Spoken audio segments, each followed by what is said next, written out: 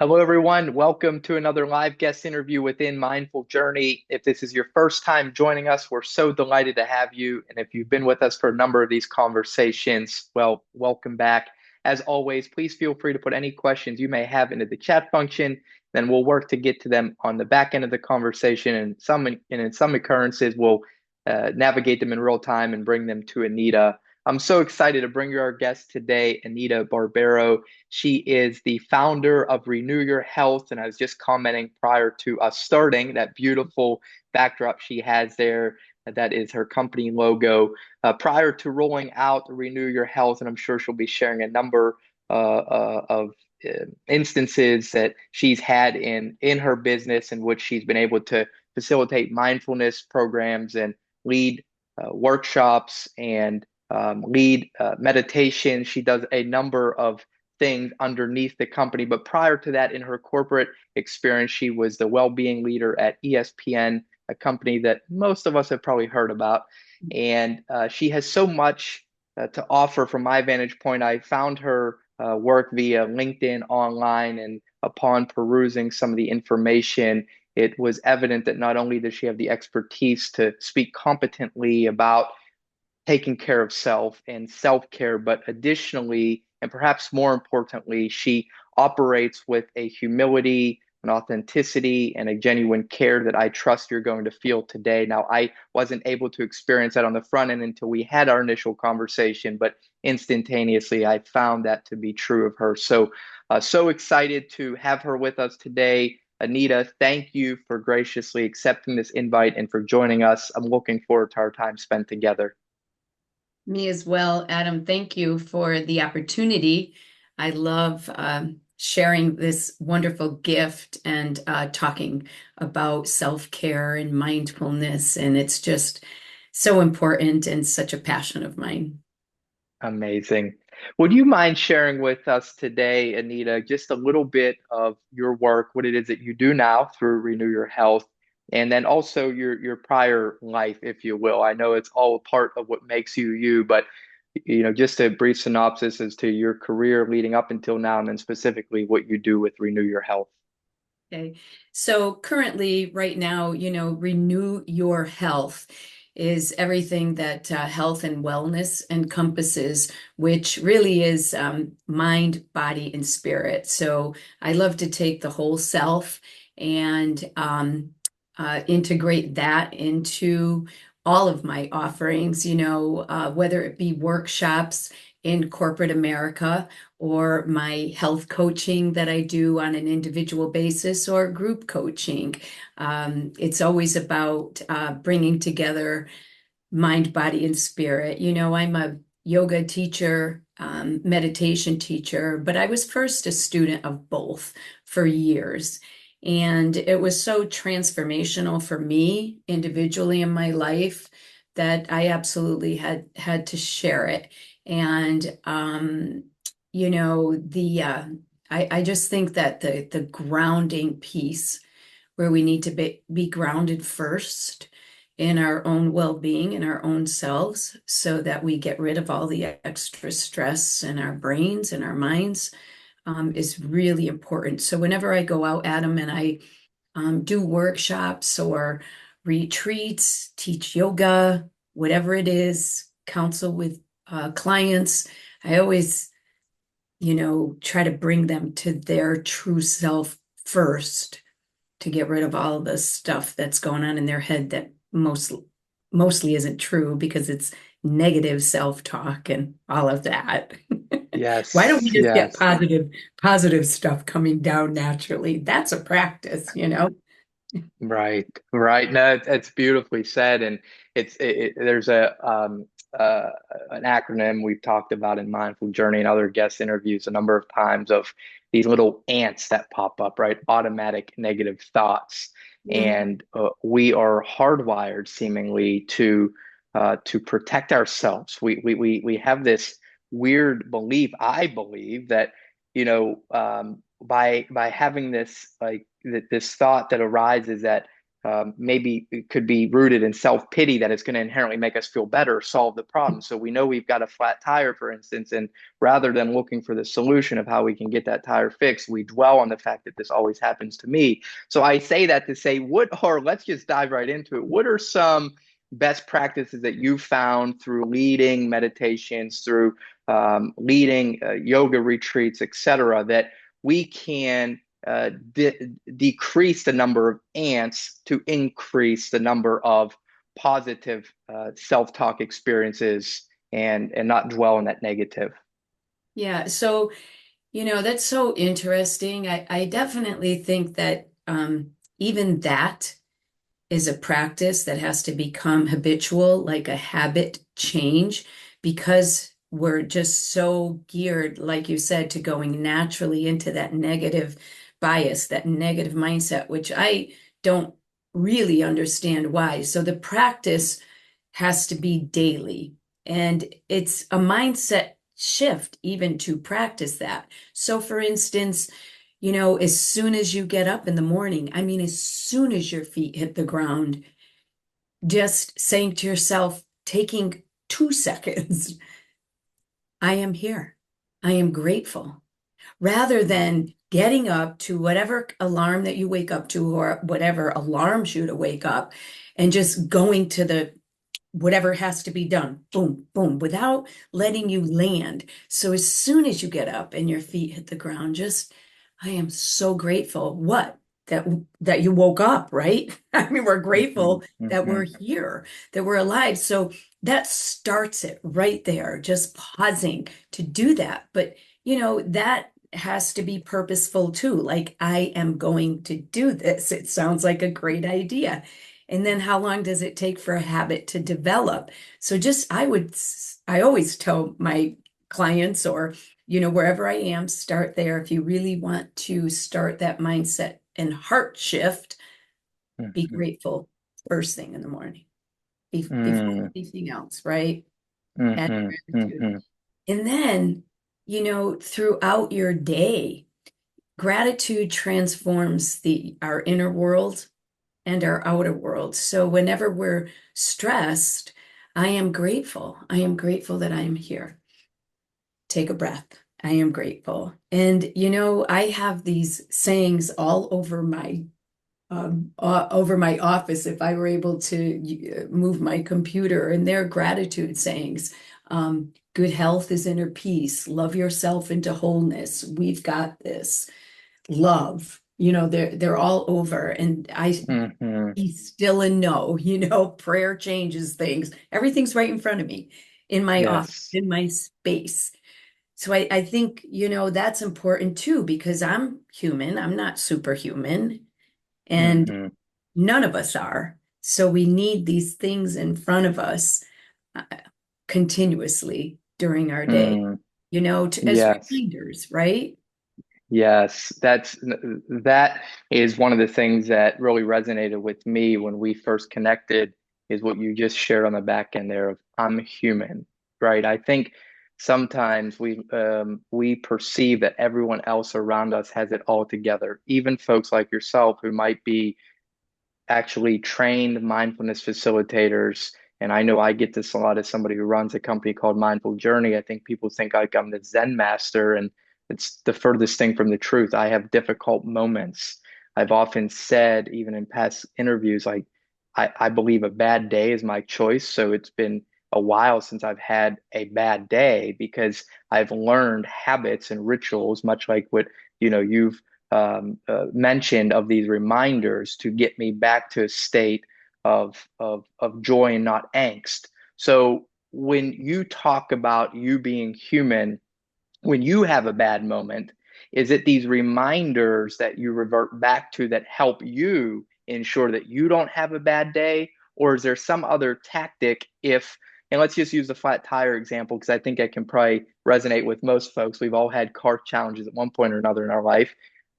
If that were to happen to you today and your instant thought was negative, what do you do to get back to the here and now beyond the gratitude? Because I love that and that's super helpful. But is there something else from a practice perspective you'd recommend?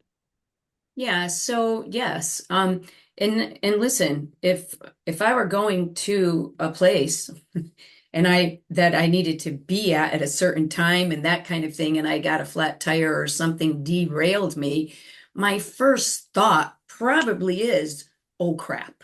I mean, it's not like, oh good, or Right. whatever. And then, okay, take a breath. I always think the breath just brings you back to I can handle this and I'm very solution based anyway, so what's the solution? I don't necessarily go into well, there must be a reason for this and go into that. I don't want to figure out the reason. I want to figure out the solution, right? Hmm. And then you take action, like what would the action be? Do you know what I mean? So I Hmm. don't know if that itself is a practice, or just my mindset.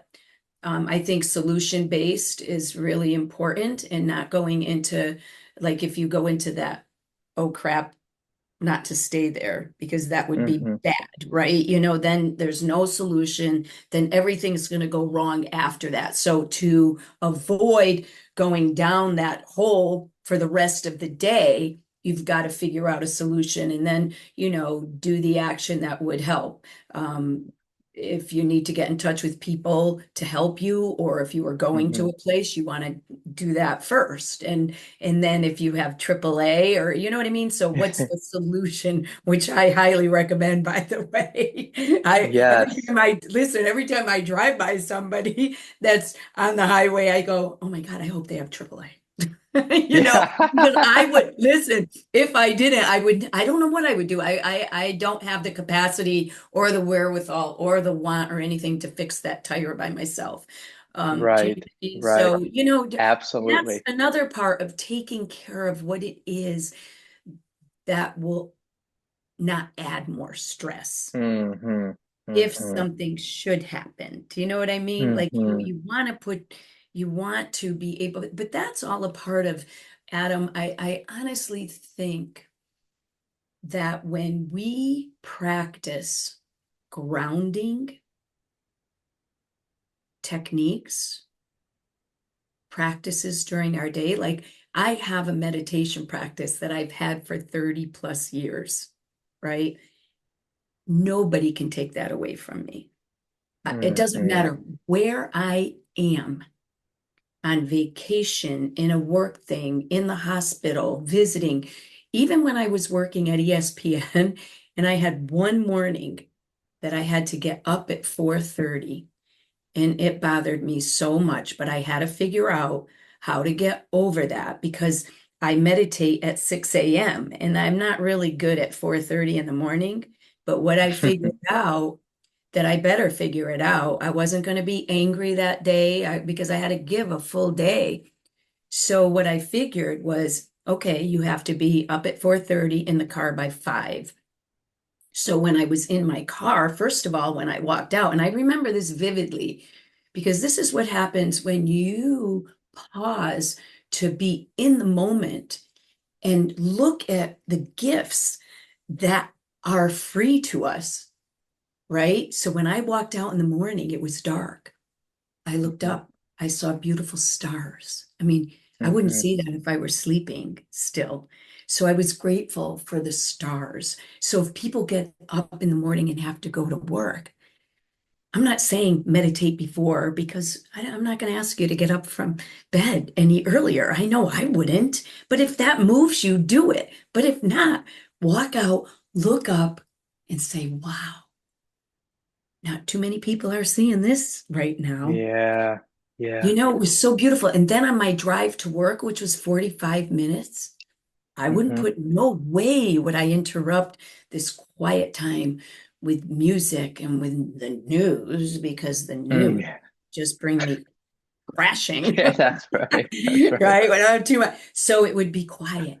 And the whole time is for as long as I can until other cars started coming on the road. Then it's taking that breath to be patient with others. But, it was noticing the stars, the sun coming up, the moon, just dissipating, as the sun would come up. And That imprinted on me so much. I would all look forward to that time that I would drive to work at that early morning hour, you Wow, know? that's powerful that you took something that was on the surface a negative and perhaps brought you some pain and angst emotionally that I don't want to get up in the morning because how true is that for so many of us, right? Especially people who are walking into a job or a career they don't love, that alarm goes off and they're like, oh, I have to go to work again.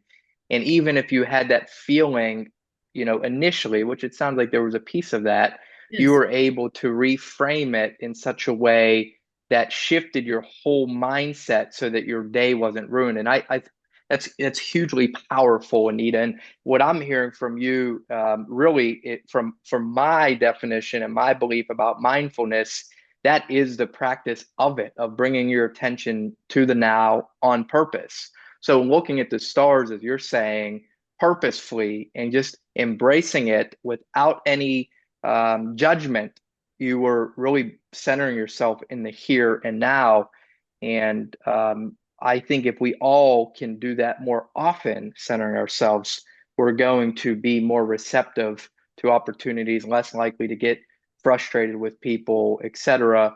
Which leads me to, I say that to piggyback up what you're saying, but leads me to another thought and question for you of, with the phones now being such a distraction for people, it's incredibly difficult to be centered in where your feet are and enjoy things like the stars and sun because we're here.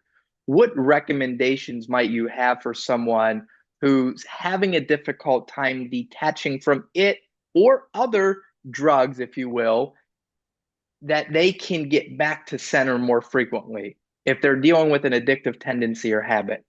Okay, so that's big today, Adam, and it is getting continuously worse.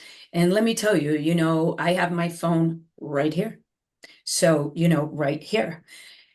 And I know the draw to it could be really intense. And I think now we really have to pay attention to it. And so whenever I give workshops or wherever I am too, it's so mindfulness raises awareness, right? And we just have to be aware that we really are spending too much time on our phones, scrolling, especially, you know. So, what I tell people is if you want to reduce stress and be more present in your moments, you have to unplug on a daily basis. So, whatever that would mean, when you take your breaks, do not go on a break with your phone, especially the shorter breaks. So, for people that work for themselves, like right now, I work for myself, obviously. So, scheduling breaks is really important. And if I'm on a 10-minute break, I don't need to bring my phone. Totally unplugged. Can you handle 10 minutes? And Mm-hmm. okay, if not 10, start with 5 minutes. Totally Mm-hmm. walk away from your phone. Go outside. Take a bio break. Like people bring their phones into the bathroom. That is, Mm-hmm. please, you Mm-hmm. know, um, eh, that's multitasking.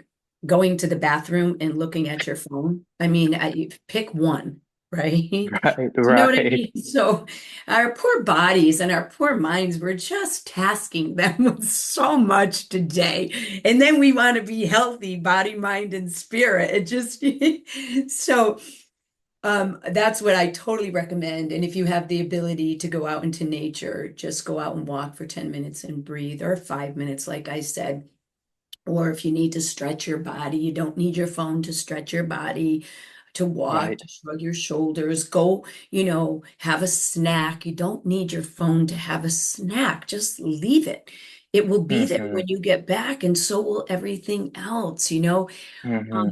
when I was in corporate America, one question that, because that was big, it was big. Every time I walked through campus, I would see people walking outside, looking at their phones, like they wouldn't even see. How do they walk? How Mm. do they not trip, right? Yeah. So when I would do workshops in corporate in at ESPN, and when I do them now in corporate America, you ask, do I really need to be doing this now? Do Mhm. I need to be doing this now?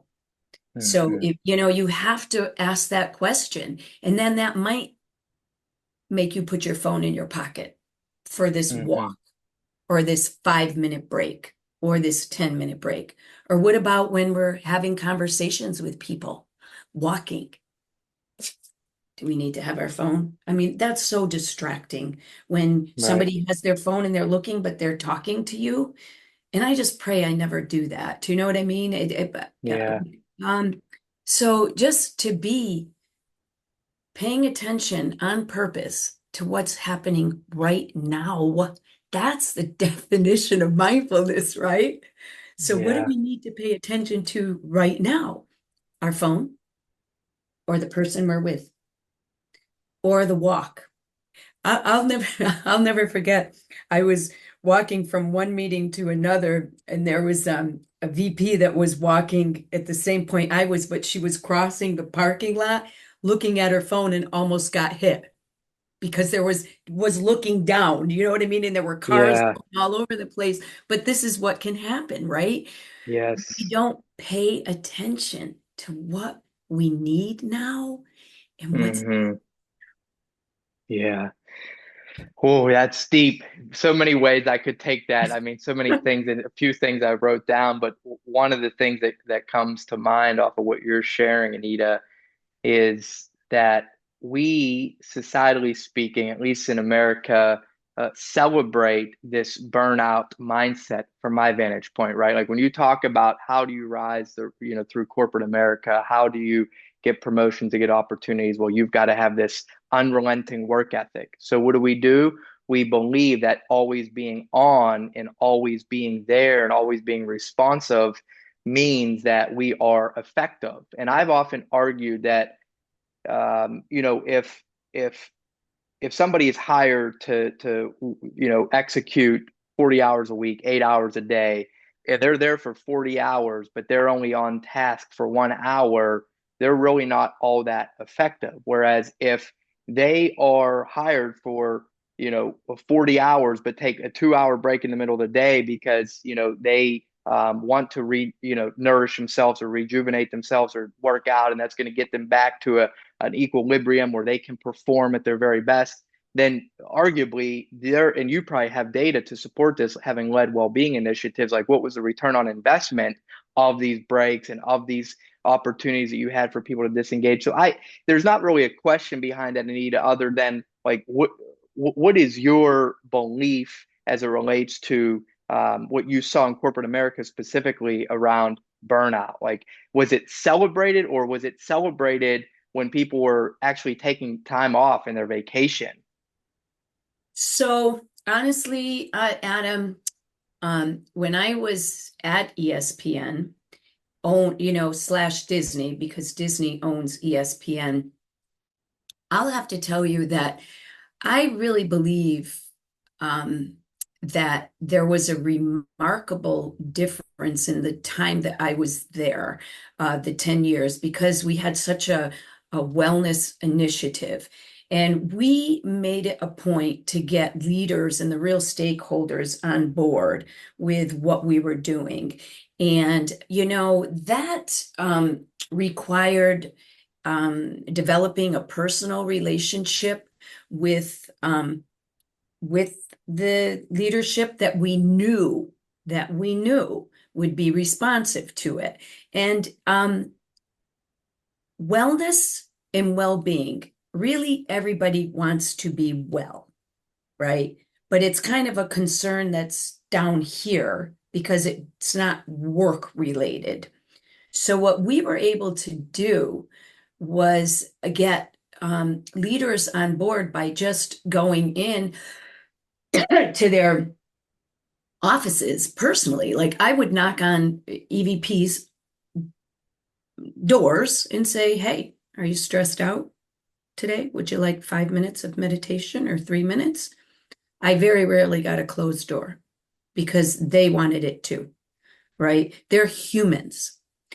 Yes. I wouldn't go to leaders that I knew, and you do know that. I mean, you're in a corporation, you know what's going on, you know certain teams and people, and you go to the ones that you know are going to be more receptive, right? Hmm. And you start there. So you always start where it's going to be easy, right? Not hard. And then you get them on board, which we did. And then the next step was to attend their meetings and offer a mindful minute where they could all come together. You know what I mean? And so Hmm. that alleviated burnout a little Hmm. bit with because knowledge is power, and then experimenting with it or experiencing it. You know what I'm saying? So Hmm. that's what we figured out as a team, and that was my role as the wellness lead, which was awesome. I was given the role of how can we help prevent stress, too much stress, burnout, and sickness, absenteeism in the workplace. So it was wonderful for me because I got to go into all the departments and observe what was going on. And what I observed when I came back, these people need to move. Do they ever get up and eat? Do they ever take their breaks? So we started to frame everything around take your breaks. And everybody gets breaks. And so I would go to Yes. HR. We were so the other thing was the wellness team was part of HR, which was great because I would always go up to HR and say, okay, I'm telling them to take their breaks. They get breaks, right? I mean, it's the law. It's the law. Yes. And I tested them on that. Yes, it is the law. Okay, well, I'm telling them to take their breaks. Yes. I love that. And you did a much better job than I of articulating. What I was trying to get at is like, again, societally, we celebrate this burnout culture to some extent. And trust, I work, probably too hard to a fault in some occurrences. I just now have begun to utilize the chat GPT. I was so hard headed that I was like, no, I want to do it the hard way. And so I finally embraced some of those things. So I am somebody who actually believes in hard work and, burning the midnight oil, if you will. But I also believe in the importance of taking time to disconnect. Yet we're living in this, going back to the phones and social media is a component of that. Depending on where you go, who you follow, et cetera, you'll see some things that like, hey, if you want to reach the top, if you want to reach success, if you want to amass whatever success is to you, be it financial, relational, et cetera, there's this narrative that you have to push the boundaries. But I believe, and I'm an example of, yes, push the boundaries, but take time for you. And what I'm hearing from you is that what you were doing at ESPN is saying to people, hey, take your breaks, take your vacation, carve out time for you. Because when you come back, you take a break at 1 and you come back at 2, yeah, you might have missed 20 emails in that 1 hour span, but you're going to be more responsive to those 20 emails with a clearer headspace to answer effectively than if you would have just grinded through. So I thank you for having brought that to ESPN.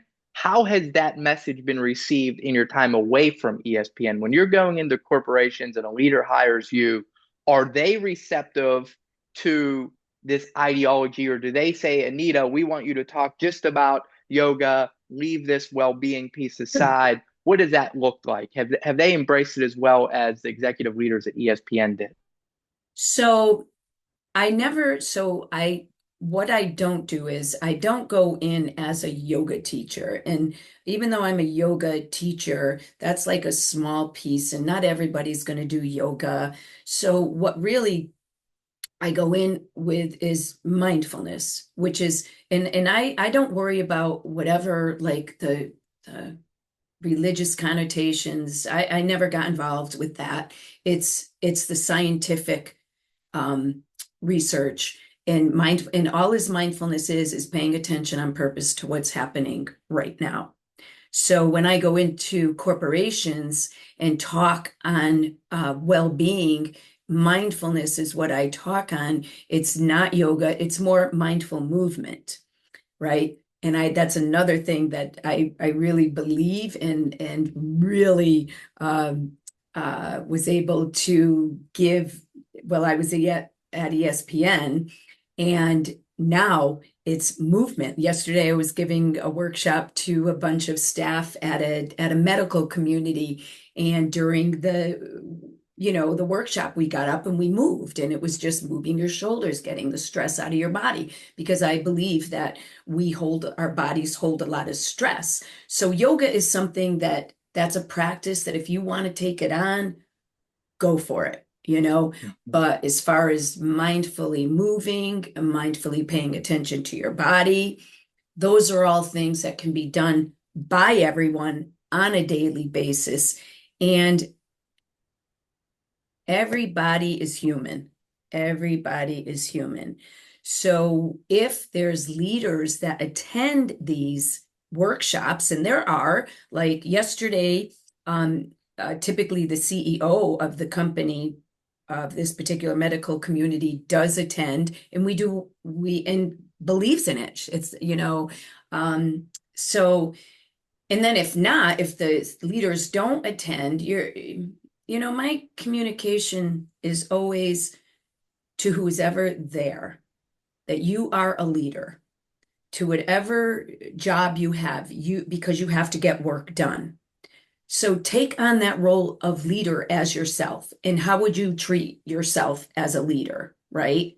You would get the work done, but you would also take care of your well-being. And I just give tools for them to help take care of their well-being, which is taking that breath, a mindful minute, taking your breaks, and standing up. Do you know what I mean? Like Mhm. standing up. If you have a work desk that stands, just standing up, because sitting kills. Moving heals. So I get into that Mhm. piece and then we even mindful eating. You know, uh, Yeah. it all can be done in a work day. And that's the thing. Work-life balance. So when I first started out at ESPN, work-life balance was like, you got to take care of that. And I figured out after the first day that work is your life. There really is no balance. It's true. Whether you're Yeah. working for yourself, especially you have goals and you want to reach a bigger community, work, it could be your life. And so you have to Sure. figure out well-being strategies for your own health so that you Hmm. have energy, because we all want to retire well and long. Hmm. So we are creating this balance while we're at work. You have to figure it out. Hmm. Have to Yes. figure it Yes. out. Yes. Amazing. Well, I'd like to shift a little bit to your personal life, to your level of comfort. I think I shared with you on the front end, none of these conversations are scripted, though there is one question asked of every guest, and the intention of it is to bring vulnerability to our community within Mindful Journey, to let listeners identify some coping mechanisms. Because, like you said, and you've said it so many times, I'm so grateful for it. We're human, so everyone faces challenges, and yet, I do believe that too many times, I've already alluded to this, like we internalize that which we're going through. And it might be easy for me to look at Anita's life and say, oh, she's got the perfect life, a great house, a great car, a great, I don't know anything about your personal story, but we All look at right. our No, I friends and know. they've got the best kid. Their kids are better than my kid. Their spouse is better than my spouse. They never have illness. They never seem sad. Like, we have this narrative perpetuating itself here. But again, every person I've asked this question of has shared some, like, heart wrenching things, admittedly. And it's to your level of comfort, of course. But the question very simply is, what's the most challenging thing that you've gone through in your life, Anita? And what do you recall having done to get through it? Hmm. So I'm going to just go back to I keep saying 27 years, but 32 years ago, I developed, and then I'll bring you up to a one real challenge. But at 32 years ago, when my son turned 15, and he keeps saying, Ma, it was 13, but 15, we went through a real challenge with him. And so that's when I started my meditation practice. A friend of mine invited me in friend. I think she was a client, and I hadn't been doing yoga or meditation, but she started. So there I was into fitness. I had my own fitness gym. I really wasn't into yoga or meditation back then. It was like fitness. And so she invited me to this yoga practice, and oh my God, it just because the teacher and talk I believe in divine timing. Now I believe in all of that, and it was just the right time because she played this beautiful spiritual music um, during the yoga, and it was in a gym. I'm like, she played the most amazing version of Amazing Grace, and I had been going through that with my son. And then after that, I decided to just start with a yoga practice, but maybe meditation. And I could only do 5 minutes at a time, but I showed up every morning. And the reason why I kept showing up for 5 minutes for 1 year is because I did notice these subtle changes just in me. Like the sadness was leaving, the confidence came, the the all of that, the strength and the less stress. I got more clarity. So over the years, I just stayed with it. I kept with my yoga. And that's when I just say that I kind of evolved from fitness to this real spiritual self that was always there. In my childhood, my parents were excellent. And I watched my dad every morning. Every morning, he would wake up early and pray and meditate and have his coffee. And I would just peek around the corner and watch him. It was beautiful. So, as you get older, you do things your own way and you kind of get away from that. But that kind of brought me back, right? And it was profound. So, 27 years later, when my dad was going through early Alzheimer's, and we ran races together, we did a lot. And um, So I was at ESPN. Thankfully, I had developed these tools. So meditation, grounding, prayer, faith, and then mindfulness, paying attention to how you feel. And I was very sad. And my boss at ESPN, he was awesome and still is. He's like a son to me, So whenever I was at work, they gave me the space to be there with my dad in sadness or whatever. But I can remember going at night after work to where he was being cared for. And then towards the end of his life, the last week, because of these mindfulness tools and that I had developed, I was able to, like, during the last weekend when he was dying, I was able to go. This place had a labyrinth where he was, and I was able, because you can't be there all the time 24/7, that would be ridiculous. So I was able to pull away at him like I was trained myself and go out into this labyrinth and just walk the labyrinth and be in my sadness and lie down. I remember just lying down on the bench that was there and just asking for, I'm very spiritual, so God's grace, some people will call it the universe, and and I was so fulfilled. But I attribute that to the years of meditation that I had developed and being in my sadness. And then when I started my actual mindfulness practice, Tara Brach was a real mentor for me, and she has that book, Radical Acceptance, which I had already read. So this was radically accepting my dad, and I was the only sibling that showed up, and I had to accept that, and everything, the whole thing. And Mm, forgiveness is in there and everything. So God, it was so worth it because I got to be with my dad in his last breath, and I was the only one that was there.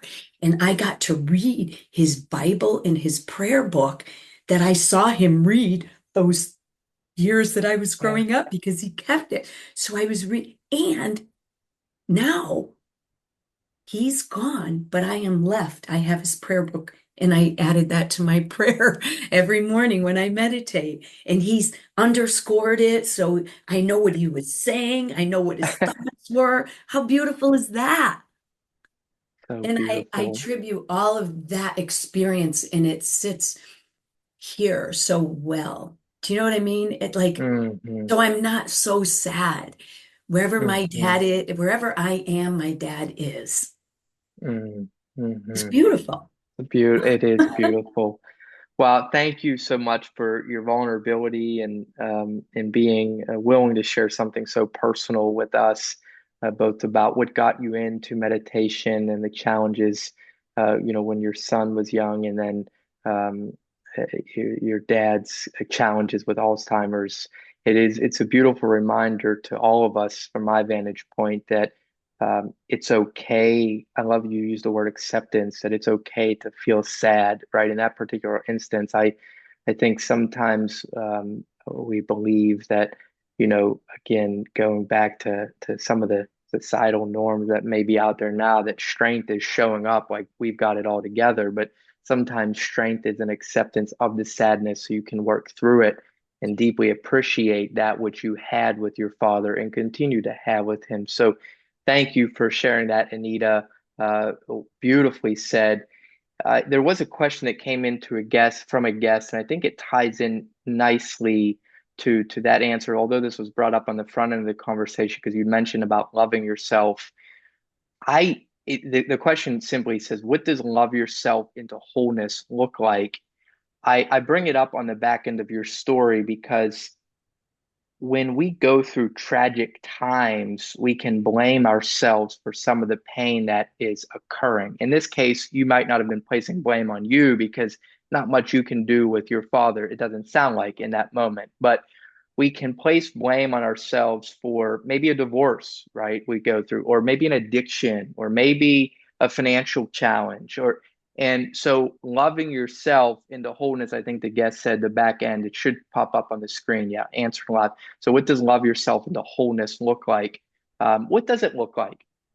I love that question. Thank you for answering it and or for asking it. So loving yourself into the wholeness that you are. So we were all born and made whole, right?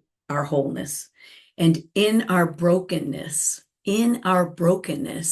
which in our sadness, in our anger, in our disappointment, whenever we accept that and not put it off as it's not right, I shouldn't feel this way, just that we do. It's part of who we are. So self-forgiveness has a lot to do with that. Like you have to forgive yourself, and then you begin to love yourself into that wholeness, even in your brokenness. Do you know? Hmm. But again, Hmm. Adam, I don't believe it's magic and it just happens. That is part of a practice too of loving yourself and not sabotaging yourself all the time, you know, accepting, accepting how you feel. Okay, I'm angry. And I did go through a really bad divorce. I am angry. I am sad. And then that higher power, whatever it is for you, is really important. That spiritual piece. Is it the universe? Hmm. Is it God? Is it, you know, because we can't do it alone. Do you know what I mean? And I never Hmm. feel alone. God has my back. The universe has my back. the universe has your back too. Do you know what I mean? Hmm. And these are beliefs that you have to surround yourself with. Hmm. And when you anchor Hmm. yourself in the moment and embrace how you feel, you leave space in your heart and your mind for love to come in, for forgiveness to come in, and get rid of all the crap that's in your Hmm. head that Hmm. just isn't the truth, right? Yes, yes, No, yes, everybody's whole. Everybody's made whole. yes, I believe yes. that totally.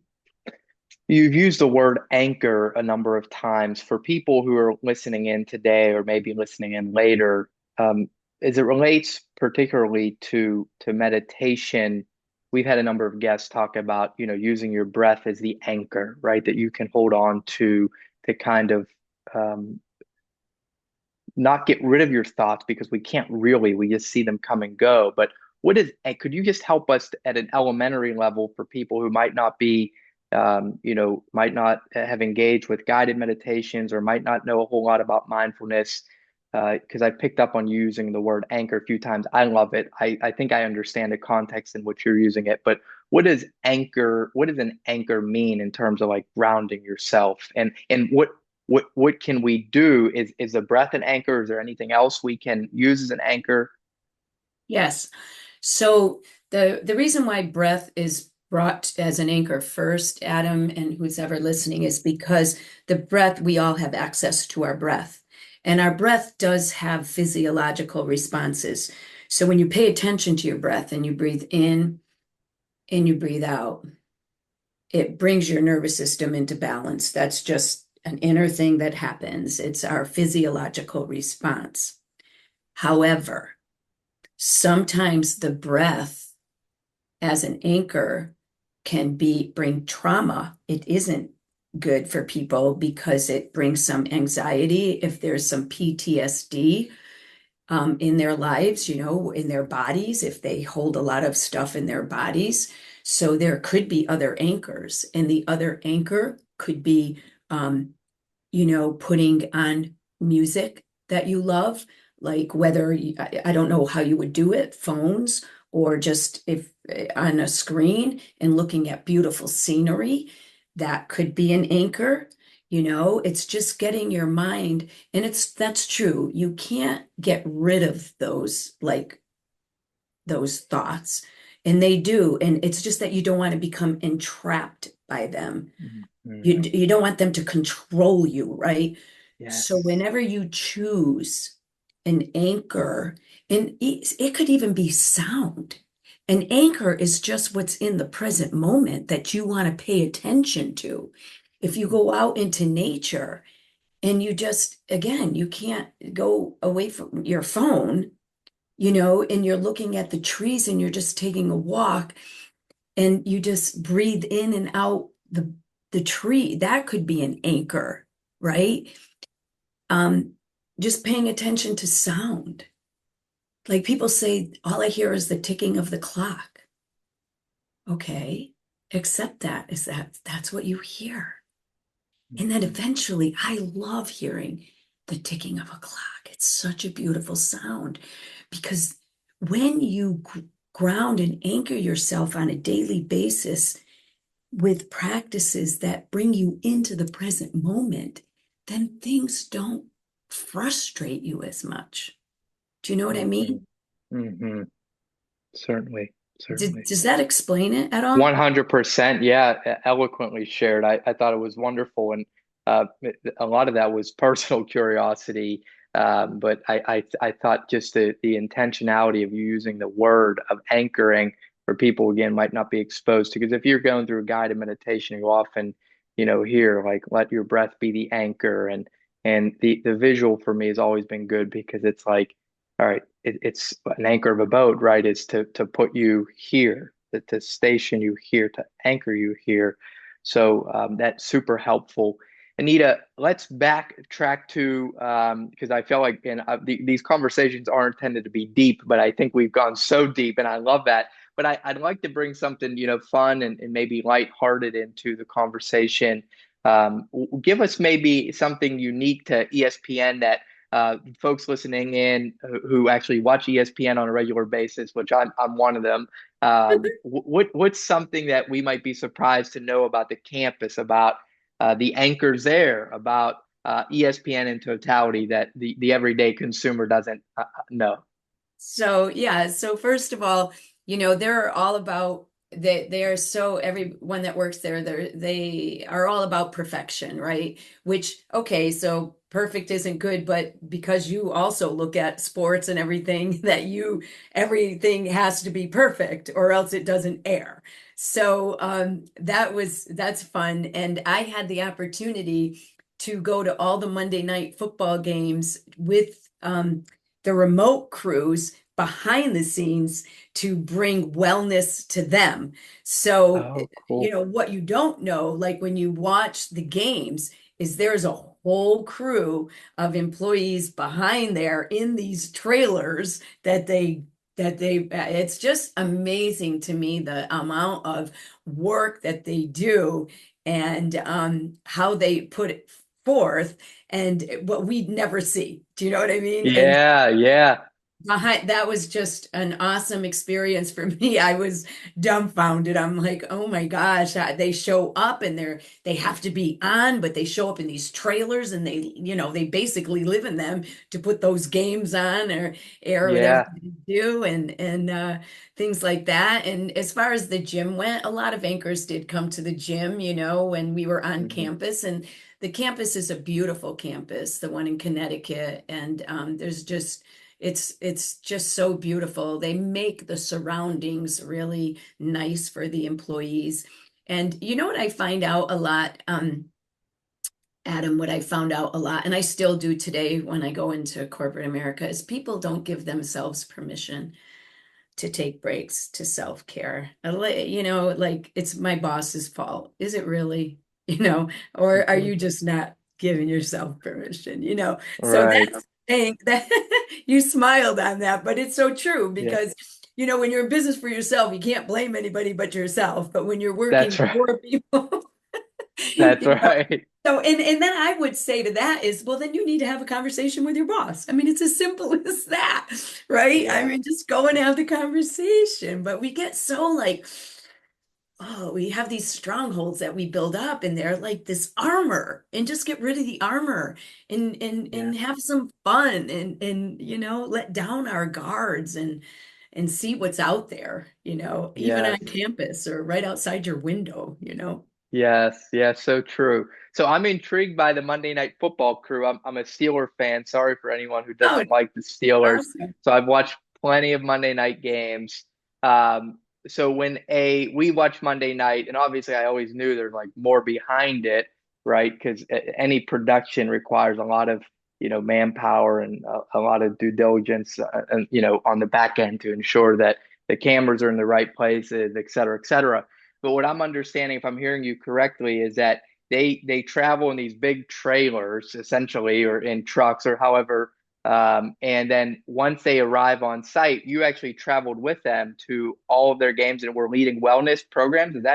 Yeah. Is that Yeah. right? So we didn't go in the trailers and not every employee did. The ones that had to did, and then the ones that could fly down, we flew down. But Yeah.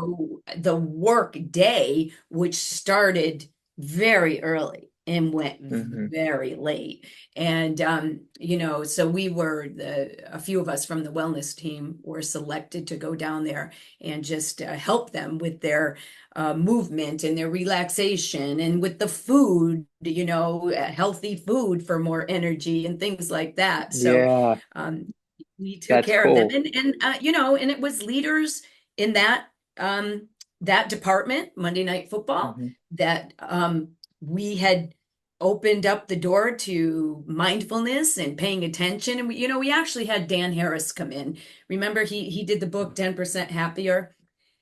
He Okay, wrote no, the I book. actually am not familiar with it. Really? So he wrote the book 10% Happier, and he's a news anchor at ABC, which was a part of Hmm. ESPN. So we had him come in and do his speech on 10% happier. And that brought in a lot of leaders. And of course, it Yeah. attracted a ton of leaders because it was Dan Harris. And Yeah.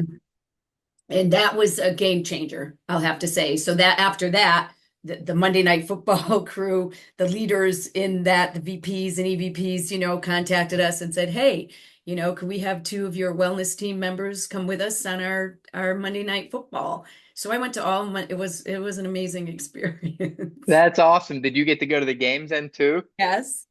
And we got to The see ver- and we got to see some of the athletes. That was fun because they practice in the fields and stuff, So what I got to see was how they stretch and practice, and that was kind of fun. Yeah, to see. That's super cool, Anita. I love that. Oh, so cool. Yeah. And then who I'm trying to think, I don't even know who the Monday night crew is this year.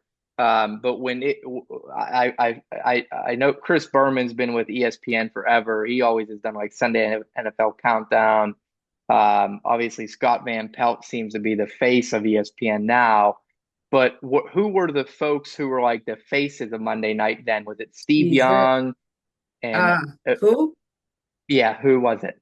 Yeah, Do you so remember? don't you know, I don't. And Okay. listen, Adam, so please know. And I listen, I used to say to everybody, they used to have such a fun time with me because really. So I used to say they didn't hire me for my sports knowledge. Okay. They really didn't. It was so hilarious because we would get athletes that would come into the wellness center, and I had no idea, except for sometimes their size, especially if they were football players. And I would just start a conversation with them. I'd just start a Yeah. conversation with them. And my boss would call me and he'd go, "Anita, do you know who you're talking to?" I'm like, "No." Isn't that That's awful? awesome. I'm sorry, but yeah. No, that's so awesome. Yeah, it was How kind of how fun. about I the had fun with it. They had fun with it. It was fun. That's awesome. What about the actual like ESPN employees? I assume you knew some of those like bigger faces of the network. Oh yeah. Um who who were the Sage Steele that's came in what all the time. Sage Steele, who okay. I Yeah, love. yeah. Um, Yep. um, what's his name? He left. Oh God, all the ones that I just can't remember their names. That's But okay. No. Adam, but they did all come into the wellness center at some point. Why can't I can't remember their names? But whoever was big, I've been out 4 years, so it was ever I was in 2011 for 10 years. So whoever was in at that time, we definitely had contact with because they're on campus, They have an Sure, awesome sure. president right now. He is the best of the best. I developed a really nice relationship with him because he meditates. Yeah, He does amazing. self-care and he promotes it as much as he can. Yeah, Uh that's it's up to amazing. each individual. That's what I mean. It's not we can't depend on our bosses and our leaders for our well-being. We can That's right. take our breaks. We That's can, right. right? Come That's on. We right. can move our Absolutely. bodies. We don't need a boss to tell us that. That's Yeah, right. we can. Nobody's doing this to us. And if that's the case, that's not right. So true. So true. You have been amazing today, Anita. I want to be respectful of your time, and Yes. I think I promised you an Yep. hour, but I'd love to Yep. close with some inspiration for the listeners. If you could just, 30 seconds, 60 seconds, however long, no time frame on it, but just for someone listening today, maybe that single mother, single father who's going through a tough time, somebody who's going through an illness, somebody who's just at their wits' end of life. They're hearing your wisdom today. They're feeling inspired by it, but they still have a little bit of skepticism because they've been hurt and broken from their vantage point for so long. What's your message today to that person who might be at their wits' end? Well, my message would be, know your worth. Know your worth and that you have value. And it doesn't matter what you've been through, that you've got this, and to get the support that you need, the love. There's love out there for you, but you want to love yourself first and just take those breaths and forgive yourself. Don't hold on to these things that keep us captive or keep us from having the freedom with inner peace, love, joy. That's how you are Mhm. loved. And Yeah, know that. and just, know your worth. You are worth it. And start saying that to yourself. I am enough. I've got this. I am Hmm. worth I am, Hmm. right? It's ourself. Well, we get all that other crap out and start Yes. feeding yourself all the good stuff that's there for you, right? Yes. Yes. Amazing. Thank you so much. What a powerful way to close. We'll pause there. Thank you. If there, absolutely, thank you. Would you actually? I'll get it offline. If you have anything that you want to share, I've got your contact info, but I'd like to send it along to the community. Um, and then, of course, in the replay of this. But for anyone, I'm trying to think if people are listening live. Yeah, just in case for people who aren't a part of Mindful Journey but are getting this, would you mind sharing your contact info, how they can find out about your work and offerings? That way, if they want to hire you to speak or engage you, where do they do, Anita? Where do we find you at? Yeah, just my website is AnitaBarbero.com and everything's on there, and I do free consultations and I love to do that to get on with people and just talk and help bring them into the wholeness that they are. I love that at every Awesome. stage of the game. Yeah. Yeah. Awesome. AnitaBarbero.com. Wonderful. Thank you. Thank you. Thank you. So nice to be with you again. I look forward to our paths crossing in Yeah, person. And totally. I'll follow up. Yes, me too. Me too, for sure. I'll follow up offline with this recording. And again, so grateful for you. Yeah, I'm grateful for you too and everyone that listens. Just deep gratitude and love Yes. always. Yeah. Yes. Likewise. Thank you, everyone. Thank Take you. care. And thank you, Anita. Take care. Bye Bye. bye.